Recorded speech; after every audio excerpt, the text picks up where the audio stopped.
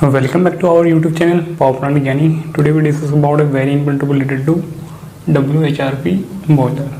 तो दोस्तों जो आज का टॉपिक है हम आपके साथ जो डिस्कस करने वाले हैं वो है WHRP फ्यूल गैस सर्किट कि जो अपना वेस्ट हीट रिकवरी बॉयलर होता है उसमें जो फ्यूल गैस का क्या सर्किट रहता है, कहाँ से फ्यूल गैसेस आती है, किस तरीके से बॉयलर में इनलेट करती है और किस तरीके से बॉयलर से आउटलेट होती है। तो दोस्तों इसमें सारा स्क्रीन जानेंगे इस वीडियो के माध्यम से। दोस्तों यदि आप भी WHRP बॉयलर में काम कर रहे हो तो ये डेफिनेटली ये वीडियो आपके लिए काफ़ी हेल्पफुल है। तो यदि किसी को नहीं पता है WHRP बॉयलर के बारे में तो यदि फिर एट दैट टाइम उस सिचुएशन में भी क्या है ये काफ़ी हेल्पफुल होने वाला है। तो दोस्तों देर न करते स्टार्ट करते हैं आज का वीडियो।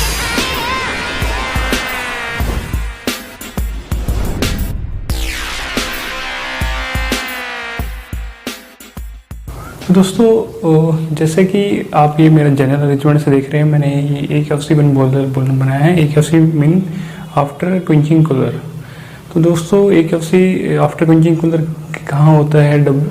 किलन रोटरी किलन की है जो आपको पता होगा, जो इस WHRP बॉयलर में काम को भी करते हैं। तो क्या है AKFC होता है जहाँ पे हमारा जो क्लिंकराइजेशन होता है, जो क्लिंकराइजेशन को जो कूलिंग के लिए जो प्रोसेस दिया जाता है वो क्या है, वो आफ्टर क्विंचिंग कूलर ही किया जाता है, क्योंकि वहाँ पे क्लिंकर को ठंडा करना होता है। जब हम क्लिंकर जो कूलिंग के लिए जो एग्जॉस्ट फैन वगैरह चलाएंगे तो क्या आफ्टर दैट उससे हमारे जो ड्राफ्ट आउटलेट होता है तो क्या उसी को हम क्या है सक कर लेते हैं।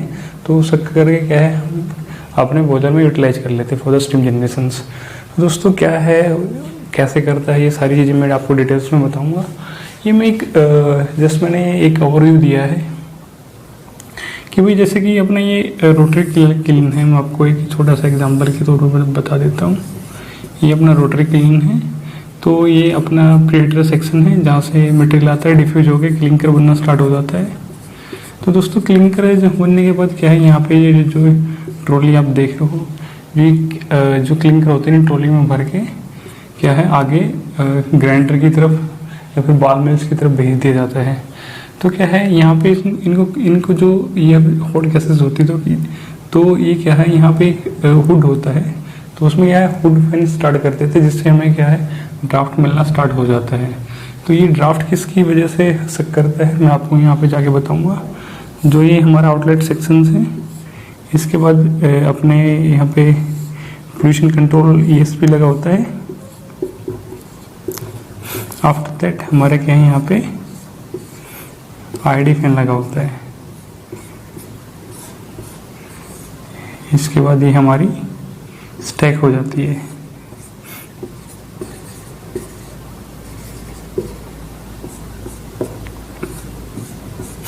तो दोस्तों ये with the help of ID fan यहाँ पे क्या है ये सेक्शन क्रिएट करता है। तो सेक्शन से जो हमारी हॉट फ्लूइड गैसेस आती है वो क्या है इसके मीडियम्स के थ्रू आके हमारे क्या है बॉयलर के इनलेट में होती है।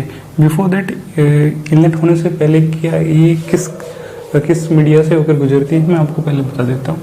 तो दोस्तों दिस इज पोर्ड हमारे यहाँ पे एग्जॉस्ट फैन है, जो कि इसको पोर्ड फैन भी बोल सकते हैं। तो जैसे ये स्टार्टअप करेगा हमें क्या है यहाँ पे ड्राफ्ट मिलना स्टार्ट हो जाएगा। तो दोस्तों यहाँ पे मैंने कुछ डैम्पर बनाया है। ये डैम्पर 1 है, DP1 बोल देते हैं इसको, FD बोल देते हैं फ्रेश डैम्पर। इनके डिफरेंट रोल्स है ड्यूरिंग ऑपरेशन। तो दोस्तों सबसे पहले क्या है यहाँ पे डैम्पर 1 है जो कि एक्चुएटेड ऑपरेटेड है, न्यूमेटिक एक्चुएटर इन पे लगा दिया जाता है। तो क्या है उसके हिसाब से इनको हम क्या है अप एंड डाउन करते रहते हैं। ऐसे ही फ्रेश एयर डैम्पर पर ऑपरेट होता है। और यहाँ पे स्लाइडिंग गेट है, इसको हम स्लाइडिंग गेट बोलते हैं। स्लाइडिंग गेट दोस्तों सबसे पहले हमने क्या है स्लाइडिंग गेट ही ओपन करना पड़ता है जब भी हमें फ्लू गैस लेना स्टार्ट करना होता है। तो ऐसे ही एक इनलेट में लगता है, ऐसे ही एक स्लाइडिंग गेट आउटलेट में लगता है। जिन दो लोग WHRP में काम कर रहे होंगे उनको डेफिनेटली ये पता होगा। तो क्या है, सबसे पहले हमें क्या है, सबसे पहले तो इवन जब हम बॉयलर ओपन स्टार्ट करते हैं तो हमें सबसे पहले क्या है, अपना जो आउटलेट डैम्पर है उसको ओपन करना पड़ता है। आफ्टर दैट हमें इनलेट जो स्लाइडिंग गेट है उसको ओपन करना पड़ता है। तो जैसे ही हमारा ये पाथ क्लियर हो जाता है तो आफ्टर दैट क्या है, हम जैसे कि हम लाइट अप कर रहे हैं, लाइट अप के दौरान क्या हमें टेम्परेचर हमें क्या है मिनिमम चाहिए होता है। जैसे कि हम बॉयलर्स में धीरे धीरे से टेम्परेचर उठाते हैं कि 3 degree Celsius within 1 minute या फिर 5 मिनट्स। क्या है, ये different to according to the manufacturer है कि भाई आपको कैसे उसका थर्मल एक्सपेंशन करना है अपने बॉयलर्स का। तो सारी रिकमेंडेशन आपको दी जाती है। तो दोस्तों जैसे कि सपोज दैट ये DP1 है तो मोर देन डैम्पर हो सकते हैं। जैसे कि ये इससे ज़्यादा हाइट पे तो क्या है कि यहाँ पे मान लेते हैं कि इससे जो टेम्परेचर आता है वो 350 to 400 के आसपास आता है। तो दोस्तों सपोज दैट कि ये यहाँ पे 350 से जो डिग्री सेल्सियस टेम्परेचर आता है वो क्या है, यदि इससे ऊपर जाएंगे तो सपोज दैट ये हमारा एयर डैम्पर है तो मान लेते हैं यहाँ पे 320 आ जाएगा। तो कहने का मतलब ये है कि इनको जैसे कि हम अपने पोजीशन के अकॉर्डिंग मान लेते हैं कि हमें इसको 30% ओपन करना है। 30% ओपन में जितनी भी वॉल्यूम ऑफ गैसेज आएगी तो उसके हिसाब से क्या है हमारा हीटिंग प्रोसेस स्टार्ट हो जाएगा। तो ऐसे से हमें धीरे धीरे डैम्पर को क्या है, सारा फंक्शन WHR बॉयलर में डैम्पर्स का ही है, आपको सिर्फ डैम्पर ऑपरेट करने हैं। तो उसी हिसाब से आपका बॉयलर स्टार्टअप रहेगा। तो दोस्तों जैसे यहाँ से फ्लू गैसेज आएंगी उसमें क्या है काफ़ी डस्ट होगी, क्योंकि जब हम ड्राफ्ट खींचते हैं तो क्या है उसमें डस्ट लेवल गैसेज होती है, जो कि डस्ट लेवल गैसेज क्या है, सबसे पहले क्या आएगी हमारे यहाँ पे साइक्लोन होता है। साइक्लोन का आपको पता है कि with the help of centrifugal force क्या है वो लार्जर डस्ट पार्टिकल्स को क्या है रिमूव कर देता है। तो जैसे ही ये लार्जर डस्ट पार्टिकल क्या है ये इसके वाल से टकराएंगे तो क्या है वो नीचे गिरते रहेंगे। नीचे यहाँ पे RAV लगी होती है, तो क्या है RAV से नीचे हमारा ये जो ऐसे गिरता रहता है और ये थ्रू ड्रैग चेन कन्वेयर के साथ साथ में जाकर क्या है आगे फर्दर इसको यूटिलाइज किया जाता है, ये कलेक्शन पॉइंट पे पहुंच जाता है। तो दोस्तों जैसे ही यहाँ से डस्ट लेवल गैसेस जाएंगी तो क्या सीधा ये टॉप ऑफ द जो हमारे HFC बॉयलर है वो एंटर होगी। तो ये सारा जो सर्कुलेशन डायग्राम है वो मैंने ऑलरेडी समझा चुका हूँ। यदि आपको नहीं समझ में आया तो मैं इस वीडियो के लास्ट में क्या है आपको उसका लिंक प्रोवाइड कर दूँगा, आप वो जाकर इसके पूरे कैसे कैसे वो जो वाटर एंड स्ट्रीम सर्किट का मैंने एक वीडियो बनाया है आप उसमें मैंने पूरा एक्सप्लेन कर रखा है। तो दोस्तों क्या है जो हमारी डस्ट लेवल गैसेस है top of the HFC boiler अपना आना स्टार्ट हो जाती है। सपोज दैट ये हमारे यहाँ पे 320 डिग्री सेल्सियस आ गया तो सुपर हीटर में एक्सचेंज किया हीट, तो क्या है यहाँ पे 220 के आसपास आ गया, 100 डिग्री का ड्रॉप डाउन आ गया। तो फिर यहाँ पे जो जनरेटर सेक्शन में 220 है तो दोस्तों यहाँ पे मान लेते हैं 180 डिग्री सेल्सियस है। तो इस तरीके से ड्रॉप डाउन होती होती क्या है हमारा जो ESP है वो हमारा 140 के अराउंड क्या है इनलेट होता है। तो दोस्तों ये यहाँ पे हीट एक्सचेंज टेक प्लेस होगा। तो आफ्टर दैट जो फ्लू गैसेज हैं यहाँ से सुपर हीटर थ्रू जनरेटर या फिर यू कैन से इवेपोरेटर या फिर वाटर हाइटर या फिर इकोनोमाइजर के थ्रू हमारी जो आउटलेट जो स्लाइडिंग गेट है उसकी तरफ निकलती है, मूव आउट होती है। आफ्टर दैट इसके बाद हमें पोल्यूशन कंट्रोल करने के लिए, क्योंकि फिर भी इसमें डस्ट जो हमारी फ्लू गैसेज है उसके अंदर डस्ट बच जाती है, तो क्या है उसी को रिमूव करने के लिए हमने यहाँ पे ESP लगा रखा होता है ताकि हमारे जो सराउंडिंग इन्वायरमेंट है उस पर कोई असर ना पड़े। तो दोस्तों यहाँ पे ESP जो कलेक्शन पार्टिकल्स कर लेती है, आफ्टर दैट ID के थ्रू क्या है चिमनी के थ्रू जो भी हमारी डस्ट लेवल गैसेस है वो through out the chimney environment में चली जाती है, जिससे कि हमारा एनवायरमेंटल इम्पैक्ट भी काफ़ी कम रहता है। तो दोस्तों आप लोगों ने देखा होगा कि WHR बॉयलर्स की चिमनी काफ़ी बड़ी होती है compare to the power plant से भी ज़्यादा बड़ी सी चिमनियाँ जो हमारी WHR बॉयलर्स उसमें लगी होती है। क्योंकि क्या है हम कितना भी ESP यूज़ कर ले या फिर कुछ नहीं, क्योंकि कुछ प्राइवेशंस होते रहते हैं, जिससे कि हमारे जो कई बार क्या हमें यूनिट को बाईपास कर देना पड़ता है, तो क्या है जिससे कि डायरेक्टली ही डस्ट लाइडल गैसेज सराउंडिंग में चली जाती है। तो क्या है जो भी उसका सेपरेशन इन द एनवायरमेंट क्या है उसका इम्पैक्ट सराउंडिंग में जो भी एरिया है उस पर ना हो, तो क्या है जो ESP यू कैन से जो हमारी चिमनी है उसके हाइट काफ़ी ऊंचा रखा जाता है।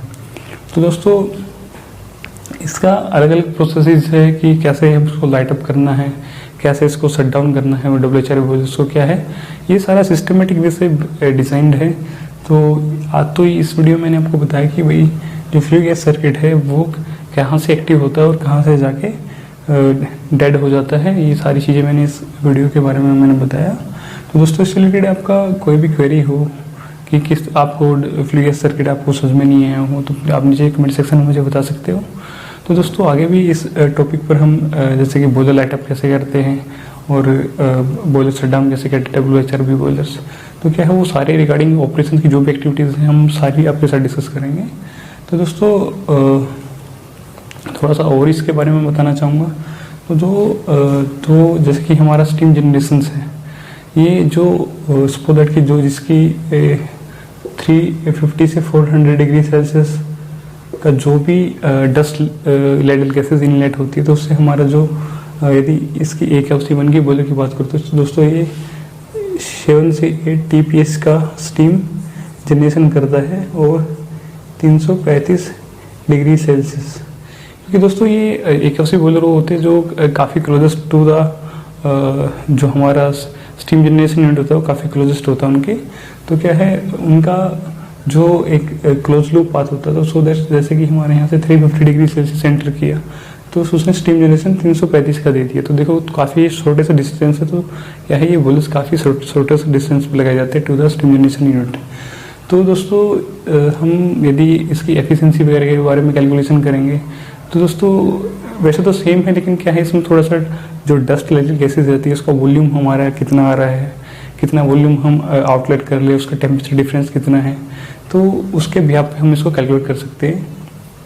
तो दोस्तों जो सपोज दैट कि ये यूनिट डिज़ाइन है 91,000 m³/h कि भाई जो भी हमारे जो किलन हुड से जो भी हमारी वॉल्यूम ऑफ गैसेज आएगी वो कितनी आएगी 91,000 m³/h। तो इन्हीं का डिफरेंस करते हुए हम अपने सर्किट की एयर लीकेजिंग को बता कर सकते हैं। यदि एयर इनग्रेसिंग ज़्यादा होगा तो हमें इतना सर्किट में इतना जो वॉल्यूम ऑफ गैसेज मिलना था वो नहीं मिल पाएगा। तो ये काफ़ी सारे अपनी एनर्जी या फिर एफिशिएंसी बूस्टर पॉइंट्स है। आगे चलकर मैं ये सारी चीज़ें भी आपके साथ डिस्कस करूँगा। दोस्तों आज के लिए इतना ही है, और दोस्तों फिर इसी टॉपिक को और काफ़ी एलेबोरेट करेंगे और आपके साथ बहुत सारी चीज़ें जो कि काफ़ी टेक्निकल वे से WHR बॉयलर में इम्प्लीमेंट की जाती है वो सारी चीज़ें हम आपके साथ शेयर करेंगे। तो दोस्तों बस आपका एक छोटा सा काम है, हम अपना काम कर देते हैं लेकिन आप अपना काम नहीं करते। सो डैट आपसे रिक्वेस्ट यही है कि दोस्तों सिर्फ आपको इस वीडियो को लाइक करना है और शेयर करना है। यदि नए हो तो प्लीज़ इस चैनल को सब्सक्राइब कीजिए, क्योंकि इस चैनल के माध्यम से मैं क्या है पावर प्लांट ऑपरेशनल मेंटेनेंस से लेकर काफ़ी टेक्निकल वीडियो बनाते रहता हूँ, जो कि आपके आने वाले करियर के लिए काफ़ी हेल्पफुल होती है। और इवन ये सारी वीडियोस क्या है आपके आने वाले वाइवा वॉइस में भी काफ़ी हेल्पफुल होती है, या फिर किसी जगह पर आप इंटरव्यू देने जाते हो वहाँ पर भी लिए हेल्पफुल होती है। यदि आपको इसको एग्ज़ाम देना है तो क्या है आपके लिए काफ़ी हेल्पफुल होती है। तो दोस्तों देर न करते हुए आपसे यही है कि जल्दी से जल्दी आप अपना काम कीजिएगा, हम अपना काम कर रहे हैं। और यदि आपको कोई रिक्वेस्टेड वीडियो तो नीचे कमेंट सेक्शन में बताइएगा, हम आपको डेफिनेटली आपके इस टॉपिक पे ज़रूर हम वर्क करेंगे। तो दोस्तों आज के लिए इतने काफ़ी, फिर मिलेंगे अच्छे टेक्नोलॉजी के साथ, तब तक के लिए जय हिंद, जय भारत, स्वस्थ रहिए। Thanks for watching this video. Don't forget to subscribe this channel, क्योंकि इस चैनल को आपको सब्सक्राइब कर लेना चाहिए, क्योंकि इस चैनल पर मैं पावर प्लांट ऑपरेशनल मेंटेनेंस से लेकर वीडियो बनाता रहता हूं, जो कि आपके आने वाले करियर ग्रोथ के लिए काफ़ी हेल्पफुल हो। यदि आपने अभी तक सब्सक्राइब नहीं किया तो प्लीज़ नीचे सब्सक्राइब बटन पर क्लिक करके इसको सब्सक्राइब कर लीजिए और बेल नोटिफिकेशन को दबाना मत भूलिए।